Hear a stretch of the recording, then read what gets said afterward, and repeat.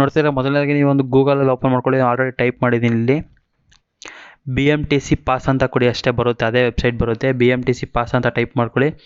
ಮೊದಲನೇ ವೆಬ್ಸೈಟೇ ಬಂದಿದೆ, ಬೆಂಗಳೂರು ಮಹಾನಗರ ಸಾರಿಗೆ ಸಂಸ್ಥೆ ಅಂತ. ಅದನ್ನು ಕ್ಲಿಕ್ ಮಾಡ್ಕೊಳ್ಳಿ. ವೆಬ್ಸೈಟ್ ಓಪನ್ ಆಗುತ್ತೆ ನಿಮ್ಗೆ. ಈ ರೀತಿ ಓಪನ್ ಆದಮೇಲೆ ಇಲ್ಲಿ ನಿಮಗೆ ಸ್ಲೈಡ್ ಮಾಡಿದ್ಮೇಲೆ ಸೆಲೆಕ್ಟ್ ಆಗುತ್ತೆ. ನೀವು SSLC ಓದ್ತಾ ಇದ್ದೀರಾ ಅಥವಾ CBSEನ PUC ಡಿಗ್ರಿ ಅದನ್ನು ಸೆಲೆಕ್ಟ್ ಮಾಡ್ಕೊಬೇಕಾಗುತ್ತೆ. ನೀವು ಇಲ್ಲಿ ಸೆಲೆಕ್ಟ್ ಮಾಡ್ಕೊಂಡ್ಮೇಲೆ ನಿಮಗೆ ಈ ರೀತಿ ಓಪನ್ ಆಗುತ್ತೆ, ನೋಡ್ತಾ ಇರ್ಬೋದು. ಮೊದಲನೇದಾಗಿ ನಿಮಗೆ ಕೇಳೋದು ಇಲ್ಲಿ ಅಡ್ಮಿಷನ್ ನಂಬರ್ ಕೇಳುತ್ತೆ. ನೋಡ್ತೀರಾ, ಅಡ್ಮಿಷನ್ ನಂಬರ್ನ ಹಾಕೊಳ್ಳಿ. ಇಲ್ಲಿ ನಿಮ್ಮ ಒಂದು ಅಡ್ಮಿಷನ್ ನಂಬರ್ ಫೀಸ್ ರೆಸಿಪ್ಟಲ್ಲಿ ಇರುತ್ತೆ, ಅದನ್ನು ನೀವು ಇಲ್ಲಿ ಹಾಕೊಬೇಕಾಗುತ್ತೆ. ಅಡ್ಮಿಷನ್ ನಂಬರ್ ಇಲ್ಲದೆ ಇದು ಪಾಸ್ ಆಗೋದಿಲ್ಲ. ನೆಕ್ಸ್ಟ್ ಇಲ್ಲಿ ಡೇಟ್ ಆಫ್ ಬರ್ತ್ ಹಾಕೊಬೇಕಾಗುತ್ತೆ, ಮತ್ತು ನಿಮ್ಮ ಒಂದು ಸ್ಟೂಡೆಂಟ್ ನೇಮ್ ಹಾಕ್ಕೊಳ್ಳಿ. ಅದಾದಮೇಲೆ ನಿಮ್ಮ ಒಂದು ಜೆಂಡರ್ನ ಸೆಲೆಕ್ಟ್ ಮಾಡ್ಕೊಳ್ಳಿ. ಇಲ್ಲಿ ಫಾದರ್ ನೇಮ್ ಕೊಡಿ. ನೆಕ್ಸ್ಟು ಮದರ್ ನೇಮ್ ಕೂಡ ಹಾಕಬೇಕಾಗುತ್ತೆ, ಮದರ್ ನೇಮ್ ಹಾಕಿ. ಅದಾದಮೇಲೆ ನೀವು ನೆಕ್ಸ್ಟ್ ಕ್ಯಾಸ್ಟ್ನ ಸೆಲೆಕ್ಟ್ ಮಾಡ್ಕೊಳ್ಳಿ. ನಿಮ್ಮ ಒಂದು ಕ್ಯಾಸ್ಟ್ ಯಾವುದಿದೆ ಅದನ್ನು ಸೆಲೆಕ್ಟ್ ಮಾಡ್ಕೊಳ್ಳಿ. ಮತ್ತು ಕ್ಯಾಸ್ಟ್ ಮತ್ತು ಇನ್ಕಮ್ ಸರ್ಟಿಫಿಕೇಟಲ್ಲಿ RD ನಂಬರ್ ಅಂತ ಇರುತ್ತೆ, ಆ ಒಂದು ನಂಬರ್ನ ಕೂಡ ನೀವು ಹಾಕೊಬೇಕಾಗುತ್ತೆ. ಇಲ್ಲಿ ವಿಡಿಯೋ ಮಿಸ್ ಆಗಿದೆ. ಅದಾದಮೇಲೆ ಇನ್ಸ್ಟಿಟ್ಯೂಷನ್ ನೇಮ್ ಹಾಕ್ಕೊಳ್ಳಿ. ಇಲ್ಲಿ ನೇಮ್ ಹಾಕ್ಕೊಂಡ್ಮೇಲೆ ಅಡ್ರೆಸ್ ಆಧಾರ್ ಕಾರ್ಡ್ ಬರುತ್ತೆ, ನೋಡ್ತಾ ಇರ್ಬೋದು. ಅದಾದಮೇಲೆ ನಿಮ್ಮ ಒಂದು ಅಡ್ರೆಸ್ ಹಾಕ್ಕೊಳ್ಳಿ. ಈ ಒಂದು ಅಡ್ರೆಸ್ ಏನಿದೆ ನಿಮಗೆ, ನೀವು ಆಧಾರ್ ಕಾರ್ಡ್ ಇರೋ ಅಡ್ರೆಸ್ಸೇ ಹಾಕೊಬೇಕಂತ ಏನಿಲ್ಲ. ನಿಮ್ಮ ಒಂದು ನೀವಿರೋ ಪ್ರೆಸೆಂಟ್ ಅಡ್ರೆಸ್ ಕೂಡ ಹಾಕೊಬೋದು, ಅಥವಾ ಆಧಾರ್ ಕಾರ್ಡ್ ಅಡ್ರೆಸ್ ಕೂಡ ಹಾಕೊಬೋದು. ಯಾವುದಾದ್ರೂ ಅಡ್ರೆಸ್ ಹಾಕೊಬೋದು.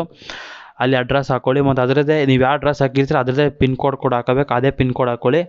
ಮತ್ತು ನೆಕ್ಸ್ಟ್ ಅದ್ರ ಕೆಳಗಡೆ ನಿಮಗೆ ಕೋರ್ಸ್ ಅಂತ ಕಾಣ್ತಿದೆ ನೋಡಿ, ಆ ಒಂದು ಕೋರ್ಸ್ನ ಕೂಡ ನೀವು ಸೆಲೆಕ್ಟ್ ಮಾಡ್ಕೊಳ್ಳಿ, ನೀವೇನು ಓದ್ತಾ ಇದ್ದೀರಾ ಅಂತ. ನೆಕ್ಸ್ಟು ನೀವು ಎಷ್ಟನೇ ಫಸ್ಟ್ ಇಯರಾ, ಸೆಕೆಂಡ್ ಇಯರಾ, ಥರ್ಡ್ ಇಯರ್ ಆ ಥರ ಕೇಳುತ್ತೆ, ಅದನ್ನು ಸೆಲೆಕ್ಟ್ ಮಾಡ್ಕೊಳ್ಳಿ. ಮತ್ತು ಯಾವ ಸೇಮ್ ಓದ್ತಾ ಇದ್ದೀರಾ ಅದನ್ನು ಕೂಡ ಕೇಳುತ್ತೆ. ಅದಾದಮೇಲೆ ನಿಮಗೆ ಅದೆಲ್ಲ ಫಿಲ್ ಮಾಡಿದ್ಮೇಲೆ ಫೀ ಅಮೌಂಟ್ ಅದಷ್ಟು ಆಟೋಮೆಟಿಕ್ ಜನರೇಟ್ ಆಗುತ್ತೆ. ಮತ್ತು ಇಲ್ಲಿ ನೋಡ್ತಾ ಇರ್ಬೋದು, ಇಲ್ಲಿ ಫ್ರಮ್ ಸ್ಟಾಪು ಅದೆಲ್ಲ ಸೆಲೆಕ್ಟ್ ಮಾಡ್ಕೊಬೇಕು ನೀವು. ನೆಕ್ಸ್ಟ್ ಇದಾದಮೇಲೆ ನಿಮಗೆ ಒಂದು ಫೋಟೋ MB ಲೆಸ್ ಅಂತ ಮಾಡ್ಕೊಳ್ಳಿ. ಇಮೇಜ್ ಕಂಪ್ರೆಸರ್ ಅಂತ ಈ ಒಂದು ಆ್ಯಪ್ನ ಲಿಂಕ್ ಕೂಡ ನಾನು ಡಿಸ್ಕ್ರಿಪ್ಷನಲ್ಲಿ ಕೊಟ್ಟಿರ್ತೀನಿ. ಇದೇನಕ್ಕಪ್ಪ ಅಂದರೆ ಆ ಒಂದು ವೆಬ್ಸೈಟಲ್ಲಿ ನಿಮಗೆ 1 MB ಲೆಸ್ ಇದ್ದರೆ ಮಾತ್ರ ಫೋಟೋ ತೊಗೊಳುತ್ತೆ. ಆ ಒಂದು ಆ್ಯಪ್ನ ನೀವು ಡೌನ್ಲೋಡ್ ಮಾಡ್ಕೊಂಡು ಇಮೇಜ್ನ ಕಂಪ್ರೆಸ್ ಮಾಡ್ಕೊಬೇಕಾಗುತ್ತೆ. ಅದಾದಮೇಲೆ ಈ ಒಂದು ವೆಬ್ಸೈಟಲ್ಲಿ ತೊಗೊಳುತ್ತೆ. ಇಲ್ಲಿ ನಿಮಗೆ ಒಂದು ರೀಸೆಂಟ್ ಫೋಟೋ ಹಾಕ್ಕೊಳ್ಳಿ, ಮತ್ತು ಒಂದು ಫೀಸ್ ರೆಸಿಪ್ಟ್ ಫೋಟೋ ಕೂಡ ಇದರಲ್ಲಿ ಹಾಕೊಬೇಕಾಗುತ್ತೆ. ಎರಡು ಕೂಡ ಆ್ಯಡ್ ಮಾಡಿದ್ಮೇಲೆ ನಿಮಗೆ ಇಲ್ಲಿ ಕೆಳಗಡೆ ಬಂದರೆ ಇಲ್ಲೊಂದು ಟರ್ಮ್ಸ್ ಆ್ಯಂಡ್ ಕಂಡೀಷನ್ಸ್ ಇರೋದು, ಅದನ್ನು ಕ್ಲಿಕ್ ಮಾಡಿಕೊಂಡು ಸೆಂಡ್ OTP ಅಂತ ಕೊಡಿ. ನಿಮ್ಮ ಮೊಬೈಲ್ಗೆ ಒಂದು OTP ಬರುತ್ತೆ. ಈಗ ನೀವು ಒಂದು ಅಲ್ಲಿ ಯಾವ ನಂಬರ್ ಕೊಟ್ಟಿರ್ತೀರ ಆ ನಂಬರ್ಗೆ OTP ಬರುತ್ತೆ. OTP ಬಂದಮೇಲೆ ಸಬ್ಮಿಟ್ ಕೊಡಿ. ನಿಮ್ಗೆ ಈ ರೀತಿ ಒಂದು ಪಾಸ್ ಅಪ್ಲಿಕೇಶನ್ಸ್ ನಿಮಗೆ ಬರುತ್ತೆ, ನೋಡ್ತಾ ಇರ್ಬೋದು. ಈಗ ಇದನ್ನು ಬಂದಮೇಲೆ ನಿಮಗೆ ಇಲ್ಲಿ ಲಾಸ್ಟಲ್ಲಿ ಬಂದರೆ ನೋಡ್ತಾ ಇರ್ಬೋದು, ಪ್ರಿಂಟ್ ಅಂತ ಕಾಣುತ್ತೆ. ಆ ಒಂದು ಪ್ರಿಂಟ್ ಮೇಲೆ ಕ್ಲಿಕ್ ಮಾಡಿದ್ಮೇಲೆ ನಿಮ್ಗೆ ಇಲ್ಲಿ ಸೇವ್ ಆ್ಯಸ್ PDF ಅಂತ ಕೊಡಿ. ಸೇವ್ ಆ್ಯಸ್ PDF ಕೊಟ್ಟು ನಿಮ್ಮ ಒಂದು ಇದನ್ನು ಅಪ್ಲಿಕೇಶನ್ನ ಸೇವ್ ಮಾಡ್ಕೊಳ್ಳಿ. ನಂತರ ಇದನ್ನು ಪ್ರಿಂಟ್ ತೊಗೊಂಡು ನಿಮ್ಮ ಒಂದು ಸ್ಕೂಲ್ ಅಥವಾ ಕಾಲೇಜಿಗೆ ಇದನ್ನು ಕೊಡಬೇಕಾಗುತ್ತೆ. ಕೊಟ್ಟಮೇಲೆ ಅವರು ಇದನ್ನು ಒಂದು ಅಪ್ರೂವ್ ಮಾಡ್ತಾರೆ. ಅದು ಅಪ್ರೂವ್ ಮಾಡಿದ್ಮೇಲೆ ನಿಮಗೆ ಒಂದು 4 ಅವರ್ಸಲ್ಲಿ ನಿಮ್ಗೆ ಒಂದು ಮೆಸೇಜ್ ಬರುತ್ತೆ, ಪಾಸ್ ಅಪ್ರೂವ್ಡ್ ಅಂತ. ನಂತರ ಇದನ್ನು ಕ್ಲೋಸ್ ಕೊಟ್ಕೊಳ್ಳಿ. ಈಗ ಅಷ್ಟೇ, ಅದೇ ಒಂದು ವೆಬ್ಸೈಟ್ ನೋಡಿ, ಅದೇ ಅಪ್ಲಿಕೇಶನ್ ಪಾಸ್ ಅಪ್ರೂವ್ಡ್ ಅಂತ ನಿಮಗೆ ಬಂದಮೇಲೆ ಅದೇ ಅಪ್ಲಿಕೇಶನ್ ಓಪನ್ ಮಾಡ್ಕೋಬೇಕಾಗುತ್ತೆ. ಇಲ್ಲಿ ಲಾಸ್ಟಲ್ಲಿ ಬಂದರೆ ನಿಮಗೆ ಶೆಡ್ಯೂಲ್ಡ್ ರೀಶೆಡ್ಯೂಲ್ಡ್ ಅಂತ ಎಲ್ಲ ಇರುತ್ತೆ ಒಂದು ಅಪ್ಲಿಕೇಶನ್, ಅದನ್ನು ಸೆಂಡ್ ಮಾಡ್ಕೊಳ್ಳಿ. ನಿಮಗೆ ಅಪ್ಲಿಕೇಶನ್ ಒಂದು ನಂಬರ್ ಇರುತ್ತೆ, ಆ ಒಂದು ಅಪ್ಲಿಕೇಶನ್ ನಂಬರ್ನ ಇಲ್ಲಿ ಟೈಪ್ ಮಾಡ್ಕೊಬೇಕು. ನೀವು ಅದನ್ನು ನೀಟಾಗಿ ಟೈಪ್ ಮಾಡ್ಕೊಳ್ಳಿ.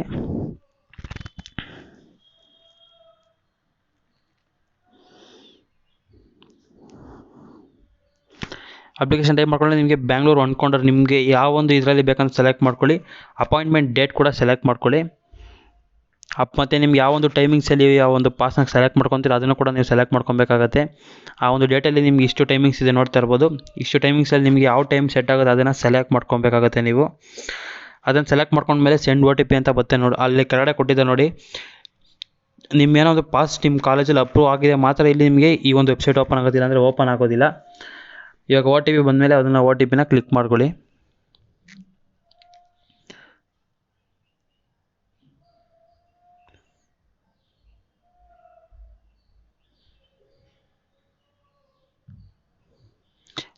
ಸಬ್ಮಿಟ್ ಅಂತ ಕೊಡ್ತಿದ್ದಾರೆ ನೋಡಿ. ಇವಾಗ ಎಸ್ ಅಂತ ಕೊಡಿ ಅಲ್ಲಿ ಮೇಲ್ಗಡೆ ನೋಡಿ. ಇವಾಗ ಇನ್ನೊಂದು ಅಪ್ಲಿಕೇಶನ್ ಫಾರ್ಮ್ ಓಪನ್ ಆಗುತ್ತೆ. ಇದನ್ನು ಕೂಡ ಅದೇ ರೀತಿ ಪ್ರಿಂಟ್ ಮೇಲೆ ಕ್ಲಿಕ್ ಮಾಡಿ ಸೇವ್ ಆ್ಯಸ್ PDF ಕೊಟ್ಕೊಳ್ಳಿ. ಇದನ್ನು PDF ಕೊಟ್ಟಮೇಲೆ ಇದನ್ನು ಕೂಡ ಪ್ರಿಂಟ್ ತೊಗೊಂಡು ನೀವು ಯಾವಾಗ ನೀವೊಂದು ಶೆಡ್ಯೂಲ್ ಮಾಡಿದರೆ ಆ ಒಂದು ಟೈಮಿಂಗ್ಸ್ಗೆ ಹೋಗ್ಬೇಕಾದ್ರೆ ಈ ಒಂದು ಅಪ್ಲಿಕೇಶನ್ ನೀವು ತೊಗೊಂಡೋಗ್ಬೇಕಾಗುತ್ತೆ. ಈ ಒಂದು ಅಪ್ಲಿಕೇಶನಲ್ಲಿ ನೀವು ಮೆನ್ಷನ್ ಮಾಡಿರೋ ಡೇಟು ಮತ್ತು ಆ ಟೈಮಿಂಗ್ಸ್ ಹೋಗಿದ್ದೀರ ಅಂದರೆ ಮಾತ್ರ ಒಂದು ನಿಮಗೆ ಅಲ್ಲಿ ಪಾಸ್ ಮಾಡಿಕೊಡ್ತಾರೆ. ನೀವು ಯಾವ ಒಂದು ಸೆಂಟರ್ಗೆ ಹಾಕ್ಕೊಂಡಿದ್ದೀರ ಅಲ್ಲಿ, ಇಲ್ಲಾಂದರೆ ನಿಮಗೆ ಪಾಸ್ ಮಾಡ್ಕೊಳ್ಳೋದಿಲ್ಲ. ಇದಿಷ್ಟು ಈ ಒಂದು ಪಾಸ್ನ ಬಗ್ಗೆ ಆಗಿರುವಂಥ ಮಾಹಿತಿ. ಈ ಒಂದು ವಿಡಿಯೋ ನಿಮಗೆ ಇಷ್ಟ ಆಗಿರೋ ಲೈಕ್ ಮಾಡಿ, ಶೇರ್ ಮಾಡಿ, ಸಬ್ಸ್ಕ್ರೈಬ್ ಮಾಡ್ಕೊಳ್ಳೋದನ್ನ ಮರಿಬೇಡಿ ಅಂತ ಹೇಳ್ತಾ ಸಿಗೋಣ ಮುಂದಿನ ವಿಡಿಯೋದಲ್ಲಿ.